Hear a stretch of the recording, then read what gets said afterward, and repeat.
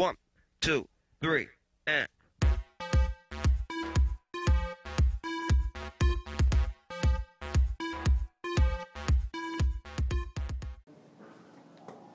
네, 안녕하십니까. 블러터 TV 오원석 기자입니다. 네, 방금 미국에서 돌아온 최효섭입니다. 어저께 돌아오셨죠? 네, 축하드립니다. 애플이 6월 10일부터 네, 13일 지금도 진행되고 네, 있죠. 지금도 하고 예, 있죠. 예. 예, 진행 중인 샌프란시스코에서 진행 중인 네, 세계 개발자 대회 WWDC WWDC 2013 네, 현장에 직접 다녀오셨는데요. 네. 저도 그날 새벽에 잠을 안 자고 같이 이제 그 실시간 중계를 좀 지켜봤거든요. 네. 그 현장 분위기가 어떻던가요? 한 6천 명이 모였거든요, 개발자들이. 네, 뭐 잘 아시다시피 뭐 71초 만에 티켓이 매진됐고요. 음. 딴 값도 아니었는데. 우리나라에선 특히 공인인증서. 공인인증서.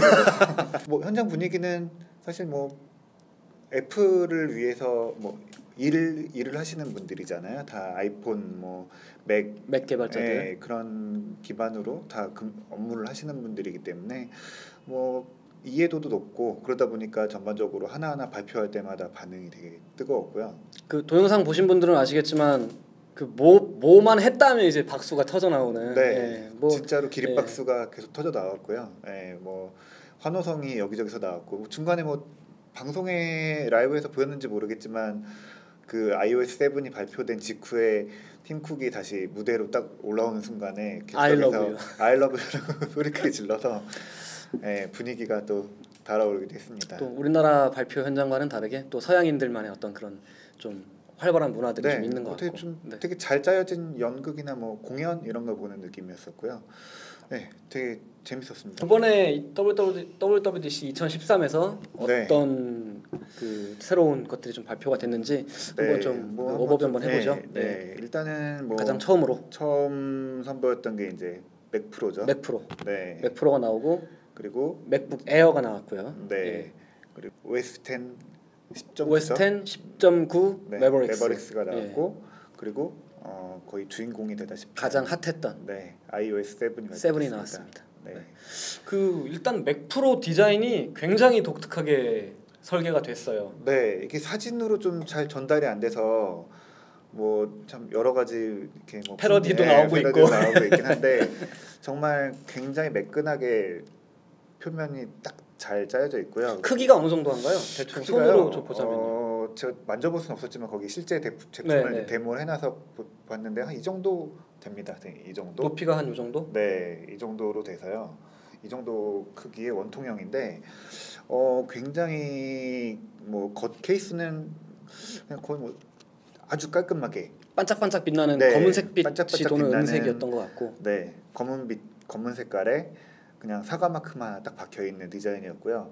그 안에 내부를 이제 볼 수 있도록 열어놔서 내부를 봤는데 정말 그 엄청난 하드웨어들이 조금의 틈도 없이 꽉 차 있고요. 그 기판이 세 개로 이루어져 있죠. 네, 삼각형으로 돼 있고 가운데가 뚫려 있고. 네, 그 일부 부품들을 교체도 할 수 있다고 하더라고요. 예를 들어 그 내장 램이라든지. 네, 뭐 예. 메모리 말고도 다른 부품들도 뭐 그래픽이라든지 뭐 CPU라든지 그런 부분들도 교체할 수 있다고 들었는데요. 그거는 뭐 실제 제품이 나오면 한번 따로 봐야 될 것 같습니다. 어쨌든 간에 굉장히 짜임새 있게 잘 만들었더라고요. 예. 그리고 그 사실 저는 조금 기대를 했어요. 그 맥북 에어 11인치 제품을 쓰는 사용자로서 네. 그 올해 아마 그 혹시 레티나 디스플레이가 탑재된 맥북 에어 제품이 나오지 않을까 좀 기대를 했었는데 아쉽게도 디스플레이 사양은 똑같고 디자인도 전혀 변함이 없었고요. 네. 다만 안에 들어간 그 프로세서가 그 4세대 인텔 코어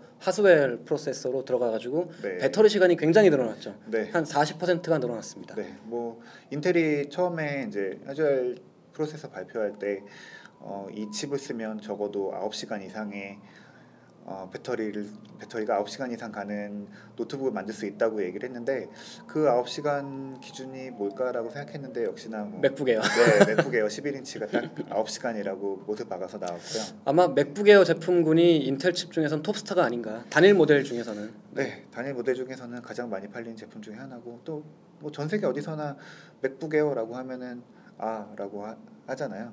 네, 그런 정도 위치가 된 거죠. 그리고 그 맥 프로와 앞으로 그 새로 네. 나온 맥북 에어를 이렇게 이제 책임져줄 운영 체제가 네. OS X 버전 10.9 이름은 매버릭스. 네, 이거 저희가 이제 뭐 하나씩 깔아서 써봤잖아요. 저는 이제 iOS 7을 깔아서 써봤고, 제가 이제 매버릭스 써봤는데 네, 어떠신가요? 저는 개인적으로 고양이과 동물의 이름이 들어가지 않은 게 굉장히 아쉽습니다. 좀 귀여운 맛이 없다고나 할까 이름에 라이언, 마운틴 라이언, 네. 뭐 예를 들어 팬서, 뭐 예를 들어 뭐 그런 것들이 좀 있었는데 타이거 네. 더 이상 살아있는 동물이 아니라 그 미국 캘리포니아의 지명에서 따왔다는 게 네. 왠지 좀 아쉽더라고요. 왜 그 시라이언 중간에 시라이언 사진이 굉장히 좀 귀여웠었는데 네. 그런 유머간 것도 좀 돋보였었고 네. 그 매버릭스 같은 경우에는 우선은 사파리 성능이 굉장히 빨라졌어요. 사파리 성능이 굉장히 빨라졌고 그 전반적으로 그 시스템 부하, 그러니까 프로세서라든지 램에 걸리는 그 부하라든지 이런 애플리케이션들이 이런 부하를 줄일 수 있는 기술들이 대거 탑재됐습니다. 굉장히 그 키노트에서 인상 깊게 봤던 부분이 앱넷 기술이라는 기능인데 이게 무슨 기술이냐면은 그 애플리케이션 창을 띄워놓으면은 이제 그거를 사용하고 있으니까 일정 부분 CPU를 점유하기 마련인데 그 앱 창을 띄워놓은 상태에서 다른 앱 화면으로 그 창을 가려버리면 그 밑에 깔린 앱 화면은 CPU 점유율을 떨어뜨리는 거예요. 네, 프로세스를 멈추는 그 일반적으로 컴퓨터 화면에 여러 가지 창을 띄워놓고 작업을 하는 그 작업 환경을 좀 생각해 보자면 그 배터리를 좀 아끼는데 굉장히 좀 유효하지 않을까 생각이 됩니다. 네. iOS 7은 어떠셨나요? 네, 뭐 iOS 7은 베타를 미리 깔아서 써보신 분들도 있을 것 같은데요. 디자인이 확 바뀌었죠. 그러니까 예전에 아이폰 3GS에서 4로 넘어갈 때 하드웨어적으로 바뀌면서 굉장히 쇼킹했었잖아요. 그런 정도 수준으로 6에서 7로 넘어간 것 같은 느낌을 저는 받았거든요. 다만 그 디자인에 관한 논란이 끊이질 않고 있습니다. 그 형광색 톤의 그 촌스러운 그라데이션이라는 표현도 있고 좀 과도한 아이콘이 좀 디자인이 과도하다는 생각이 좀 들기도 하고요. 그 반면에 또 안에 들어가서 내부의 앱 화면들은 정말 하얀 화면에 텍스트 위주로 텍스트만 딱 깔아서 버튼이라든지 어떤 장치들이 전혀 없거든요. 그래서 한쪽은 굉장히 튀는 알록달록한 형광색이고 또 한쪽은 이보다 더 할 수 없이 심플한 그런 구조가 어떻게 보면 이제 뭐 명암 대비라고 할까요? 좀 그런 게 좀 인상적이었고요. 기능적으로는 사실 뭐 많이 기다리셨던 그 컨트롤 센터, 컨트롤 센터가 들어가서 간단한 기능들, 그러니까 제어판을 더 잘 안 열어보게 될 것 같아요. 설정 앱을 누를 필요가 없는. 설정으로 들어가지 않아도 뭐 기본적으로 와이파이를 껐다 켰다 한다거나 뭐 블루투스를 껐다 켰다 하고 뭐 물론 그 기능들을 시리에도 넣어서 시리를 통해서 와이파이를 제어할 수도 있고 뭐 그런 기능들이 좀 들어간 게 인상적이긴 합니다. 네, 그러면은 그 실제로 이번 발표 중에서 최호섭 기자님께서는 어떤 그 새로운 기술들이 좀 가장 인상이 좀 남았었는지. 뭐 기술들이 워낙에 이제 2시간에 걸친 키노트 동안에 너무 많이 나왔고 신제품들도 많이 나왔고 이게 뭐 어떤 건 작고 어떤 건 크고 이런 게 아니라 사실 이번에는 좀 다 컸었죠.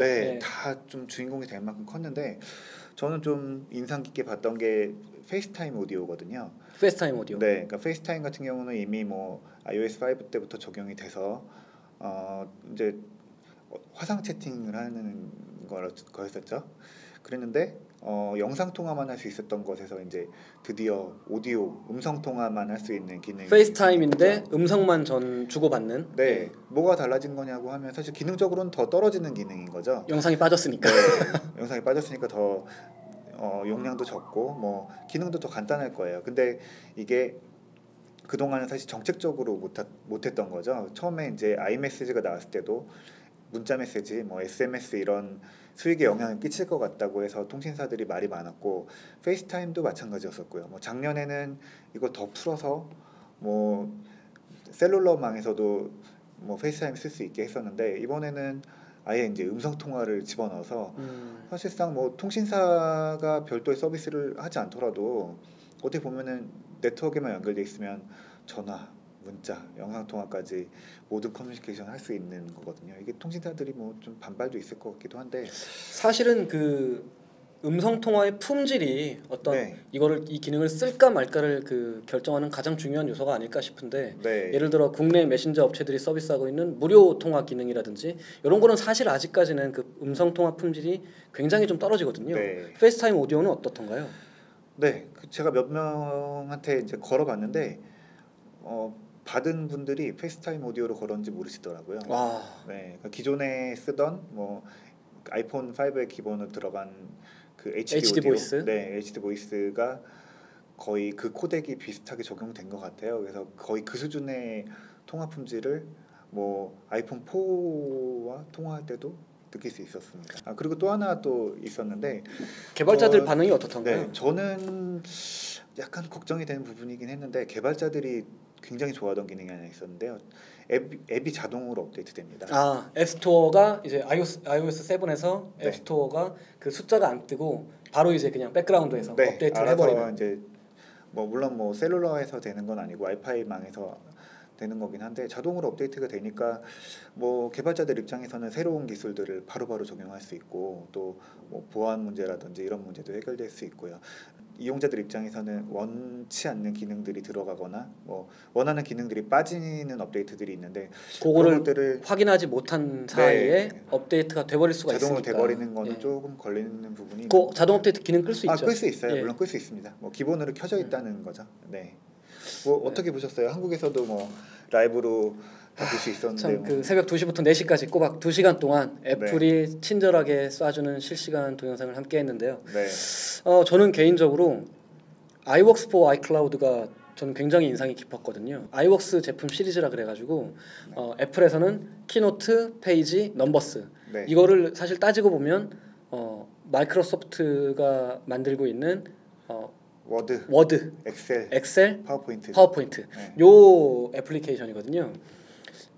사실 애플의 어떤 페이지, 넘버스, 키노트 이런 것들은 국내에서는 굉장히 좀 쓰기가 어려웠었죠. 맥이 아니면 절대 쓸 수 없는 애플리케이션들이었으니까. 네. 그런데 iWorks for iCloud는 iCloud 웹 페이지 안에 접속을 해가지고 네. 웹 페이지 안에서 키노트 PPT를 만든다든지 키노트를 만든다든지 그 페이지로 워드를 작성한다든지 윈도우 노트북 또는 윈도우 데스크톱 사용자들도 그 애플 키노트만이 갖고 있는 굉장히 좀 미려한 화면 전환 효과라든지 그런 걸 쓸 수 있게 된 겁니다. 네. 실제로 그 파워포인트가 너무 많이 봐가지고 지루할 법도 한데 그 키노트를 쓸 수 있다는 것에 대해서 저는 굉장히 좀 감동을 했고요. 네. 그 윈도우 노트북에서는 윈도우용 사파리, 윈도우용 구글 크롬 브라우저, 윈도우용 인터넷 익스플로러 네. 웹 브라우저에서 그냥 쓸 수가 있고 뭐 맥에서도 네, 크롬 뭐 브라우저랑 사파리에서 쓸 수 있죠. 웹 브라우저에서 그 네. 모든 기능을 다 쓸 수 있다고 하니까 네. 그 최근에 마이크로소프트가 작년부터 오피스 365라고 이제 클라우드 문서 서비스를 하기 시작했고 네. 구글도 몇 년 전부터 구글 독스 구글 시작했죠. 네. 서비스를 클라우드 오피스 환경을 꾸리기 시작했는데 애플도 이제 네. 클라우드 그 오픈 오피스 클라우드 오피스 서비스를 좀 시작한 것이 아닌가. 예. 네.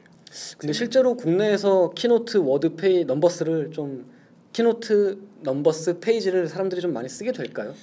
많이 쓴다기보다는 사실 이제 아직은 호기심이 많은 거고요. 근데 문제는 발표를 하는 장소에 맥이 없으면 할 수 없었거든요. 할 수 없었죠. 네, 근데 외부로 거의 100% 같은 기능을 해주니까 그 맥에서 작업하고 현장에 있는 윈도우 PC로 그대로 발표할 수 있거든요. 그대로 발표할 수 있는. 네. 대학생 여러분들이 좀 많이 쓰지 않을까 저는 네. 기대를 하고 있습니다. 네.